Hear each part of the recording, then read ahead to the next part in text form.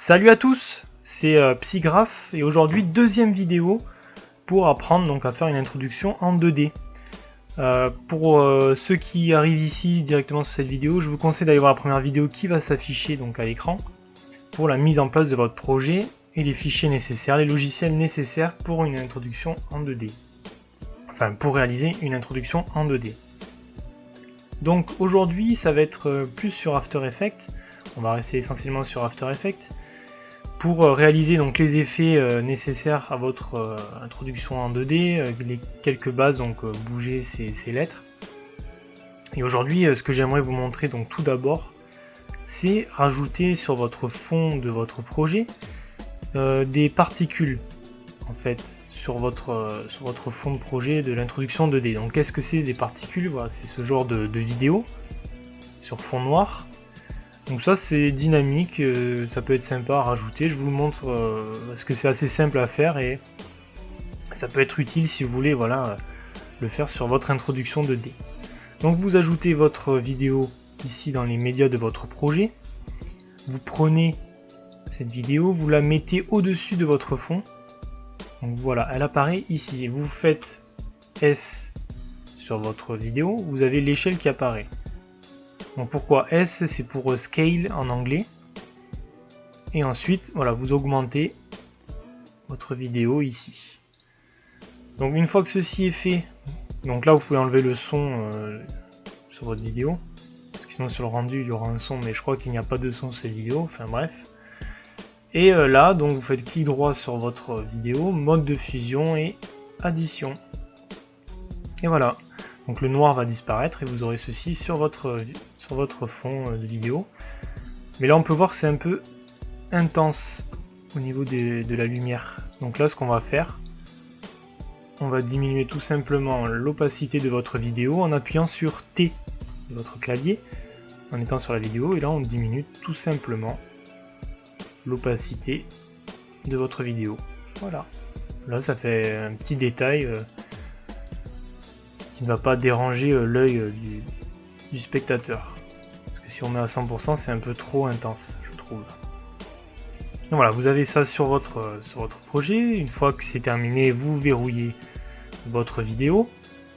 Et là, on va commencer donc à animer nos deux lettres P et G de Psygraph. Donc ce qu'on va faire, c'est qu'on va les faire apparaître du centre de l'image, du centre de l'écran. Et ça va, comment dire, les lettres vont s'agrandir d'un coup. On va commencer donc avec le P. Positionnez bien vos lettres. Et là, ce que je vous conseille de faire, donc, c'est cliquer ici. Voilà. Donc ça, c'est pour les flous de mouvement de votre projet. Ça va faire un petit effet flou de mouvement. C'est un détail qui est sympa, que moi je le mets à chaque fois. Et vous n'oubliez pas de cliquer ici aussi sur votre After Effects pour appliquer le flou. Ce flou de mouvement. Donc une fois que ça c'est fait, vous allez sur votre P de Psygraph, sur votre lettre ou sur votre logo. Vous commencez, on va dire, à peu près à moitié d'une seconde ici. Vous mettez à 0 l'échelle de votre lettre ou logo. Et vous cliquez sur le petit chronomètre pour activer ou désactiver, mettre une image clé qui va apparaître ici. Voilà. Et là on va mettre à peu près à 1 seconde pour que ça soit rapide. Et là on augmente, on met 35%. Voilà, donc si on regarde bien, ça nous fait ceci. Voilà, là ça suffit. Et si on veut lisser l'arrivée en fait de notre lettre, on fait un petit clic droit sur l'image clé, assistante d'image clé, lissage à l'approche. Voilà. Je sais même pas si on le voit, mais c'est un peu plus fluide à l'arrivée de sa lettre. Donc on fait de même pour le G de Psygraph, qui est ici. On peut faire un copier-coller des images qu'on a faites. On se met à peu près à 1 seconde pour qu'il y ait un intervalle entre les deux lettres. Donc là, le G par contre, il apparaît un peu gros. On va le mettre à 25%. Voilà, nickel. Tac, tac. Voilà pour ce qui est juste au niveau de la modification de l'échelle de vos lettres. Ensuite, si vous voulez faire avec, vous pouvez le faire avec la position aussi, ce qui est tout bête. Vous bougez en fait vos lettres de gauche à droite qui apparaissent de côté de l'écran et ça va faire pareil que l'échelle ici. Voilà, ça va animer vos lettres. Donc ça c'est juste un petit détail sympathique au niveau de l'animation. Et puis ce que j'aimerais faire aussi, vous montrer aujourd'hui, c'est au niveau des cercles, des ellipses dans After Effects. Comme on peut le voir, voilà, ici. Vous voyez, c'est les ellipses qui apparaissent comme ça. Et là, on va jouer avec ce qu'on appelle les calques de forme sur After Effects. Donc on va créer, clic droit ici, sur votre projet, vous faites créer, et un calque de forme. Vous le mettez donc en dessous de vos deux lettres. Donc les deux lettres, on peut les verrouiller pour éviter de les prendre et de les déplacer par erreur. Et on va se dire que l'ellipse va apparaître voilà, ici une fois que les deux lettres sont mises en place. Tac, donc on va l'appeler, pas la renommer, si, donc ellipse, même ellipse 1 parce qu'on va en mettre deux différentes couleurs. Donc une fois que ceci est fait, vous allez ici, vous faites ajouter ellipse. Donc tracer l'ellipse, on peut augmenter la taille. Voilà. Ensuite vous rajoutez donc un contour à votre ellipse, normal. Et la largeur du contour, on va mettre à peu près à 10. Et pour la couleur, j'aimerais une couleur un peu orangée. Voilà. C'est juste histoire de vous montrer. Voilà, c'est vraiment flashy là. Crabe les yeux. Voilà. Une fois que vous avez votre ellipse, voilà ici. Donc après sur After Effects c'est la même chose. Vous avez vos chronomètres et pour animer en fait vos éléments sur la timeline, la barre de temps que vous avez ici. Donc là ce qu'on va faire nous c'est animer le tracé de l'ellipse, donc la taille de l'ellipse. Donc il va partir du centre et s'agrandir et disparaître comme une onde de choc. Donc on met ça à 0. Juste voir un truc. Ok, donc ça apparaît pas. Voilà, on le met à 0. On va le mettre à peu près une fois que le G va apparaître. 1 seconde 15. On appuie sur le petit chronomètre. Et à 2 secondes, augmenter la taille de l'ellipse. Jusqu'ici, voilà. Donc là on fait juste ça.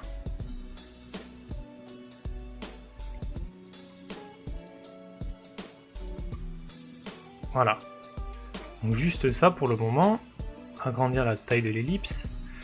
Et ce qu'on peut faire ici, donc, c'est modifier donc l'opacité. On clique ici. Une fois qu'on arrive à 2 secondes, et bien on fait disparaître notre ellipse. Vous voyez, c'est tout bête. Et n'oubliez pas bien sûr de mettre le flou de mouvement aussi sur l'ellipse.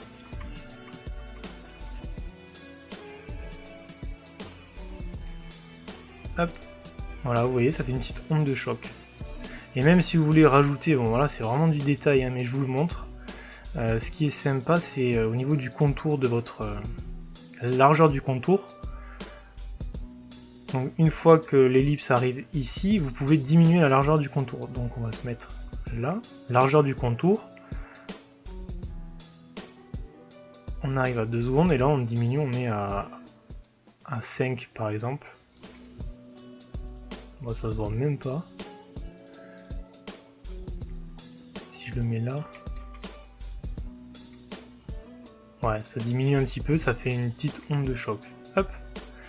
Bon voilà, et après on peut même le dupliquer cette ellipse, la mettre au-dessus. Tu me dupliques s'il te plaît. Enfin, voilà.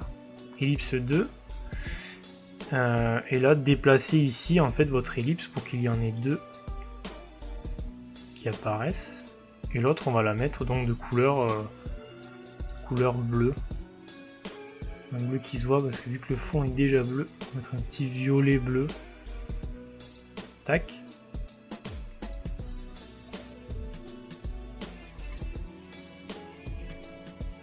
Et voilà. Ça donne un petit effet, ouais, c'est vraiment sympathique.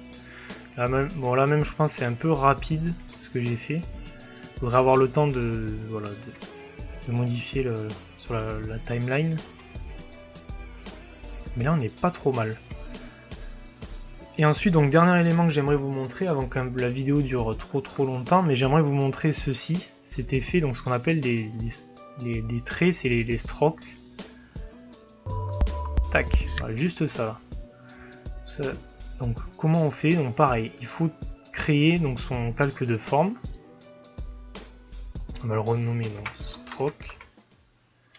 Hein, on va le mettre pareil derrière ces lettres. Là on verrouille donc les deux ellipses, encore une fois, toujours verrouillées. Pour éviter de faire des bêtises. Là, et une fois donc que nos deux ellipses se terminent, on va faire apparaître donc ces petits traits. J'ai l'impression que c'est des petites gouttes d'eau qui apparaissent. Et ici on va faire ajouter, tracer. Essayer de partir du centre.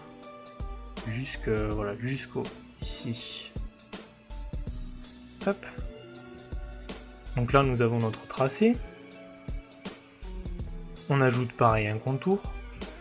Et on va le laisser blanc pour que je vous montre. Donc augmenter un petit peu le contour. Le mettre à 5. Ici enlever donc soit extrémité carrée, moi je mets extrémité arrondie. Et là on voit qu'on a notre tracé avec notre trait ici. Voilà. Même augmenter la largeur du contour.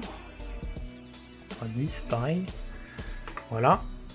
Et ici, une fois que tout ça est terminé, on vient ajouter, c'est quoi déjà? Raccorder les tracés. Voilà. Et là on va avoir début ou fin. Donc là vous voyez, on va jouer avec ça, début et fin, pour animer notre trait qui va apparaître. Et ça arrive ici. Donc pour l'instant on le met à 0. Juste vérifier si ça n'apparaît pas.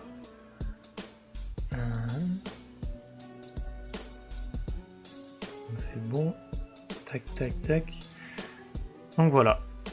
On va se mettre à peu près ici.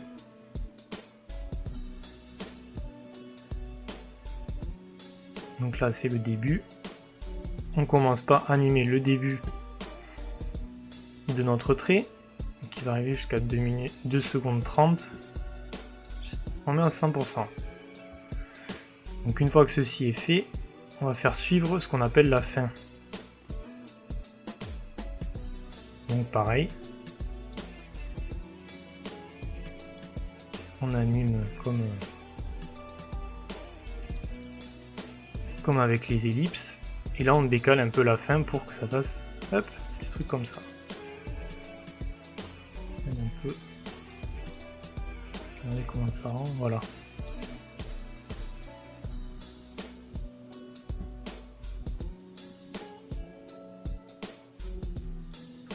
Donc une fois qu'on a fait ceci, donc là on peut voir que bon, c'est peut-être pas très rapide, je pense. On va augmenter la rapidité de l'effet. Donc raccorder les tracés, début, fin, diminuer. Peut-être pas autant, mais voilà.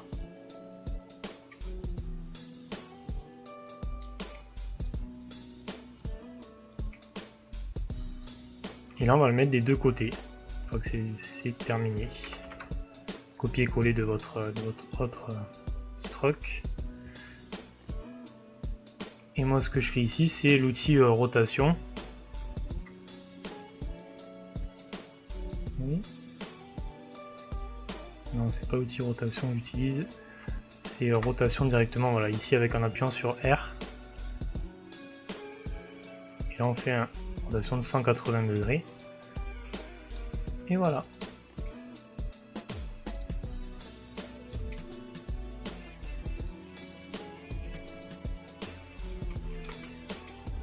Et même si on veut s'amuser encore mieux que ça, on va dupliquer, donc remettre deux traits différents. Tac. On va le faire de l'autre côté.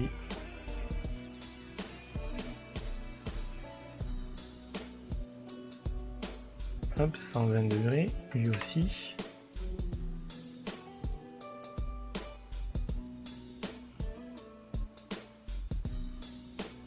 Donc là, il y en a 4 d'un coup et on va les... Ce qu'on va faire, c'est les déplacer en fait. Ils apparaissent après les autres. Tac, tac. Tac, tac. Voilà. On a nos traits qui apparaissent.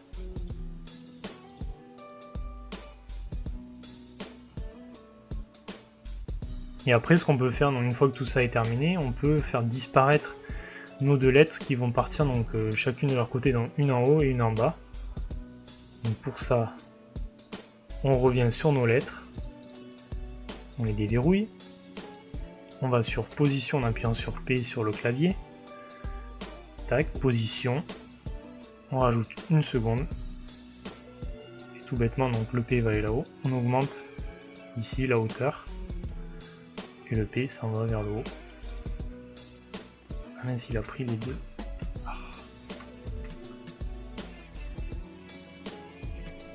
Voilà. Donc là on augmente vers le haut. Hop. Donc ça c'est bon. Et on va faire pareil avec le G. Position. On se met au même niveau. Sauf que là on va aller vers le bas. Et voilà.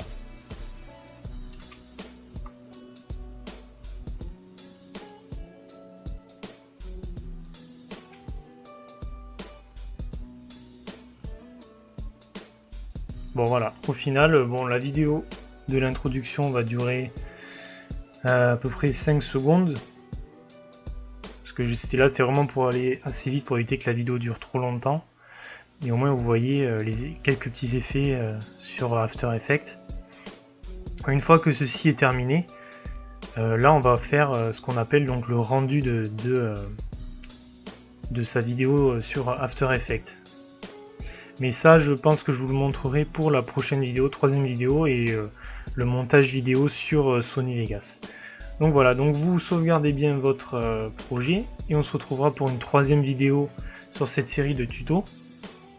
Sur ce, je vous dis, eh bien, bonne continuation sur cette série de tutos. Likez cette vidéo, partagez-la, commentez et donnez-nous quelques conseils pour nous améliorer.